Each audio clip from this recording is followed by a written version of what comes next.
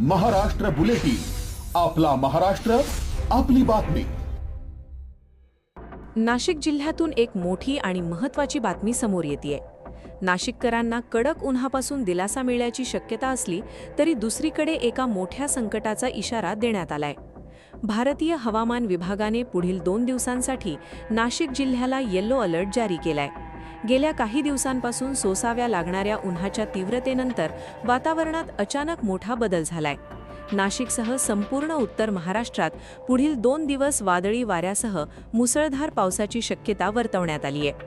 हवामान खात्याच्या अंदाजानुसार काही भागांत विजांच्या कडकडाटासह आणि मेघगर्जनेनी ताशी 30 ते 40 किलोमीटर वेगाने वादळी वारे वाहू शकतात. या अचानक होणाऱ्या हवामान बदलामुळे झाडे कोलमडणे, वीज पुरवठा खंडित होणे आणि वाहतुकीचा बोजावारा उडण्याची शक्यता आहे.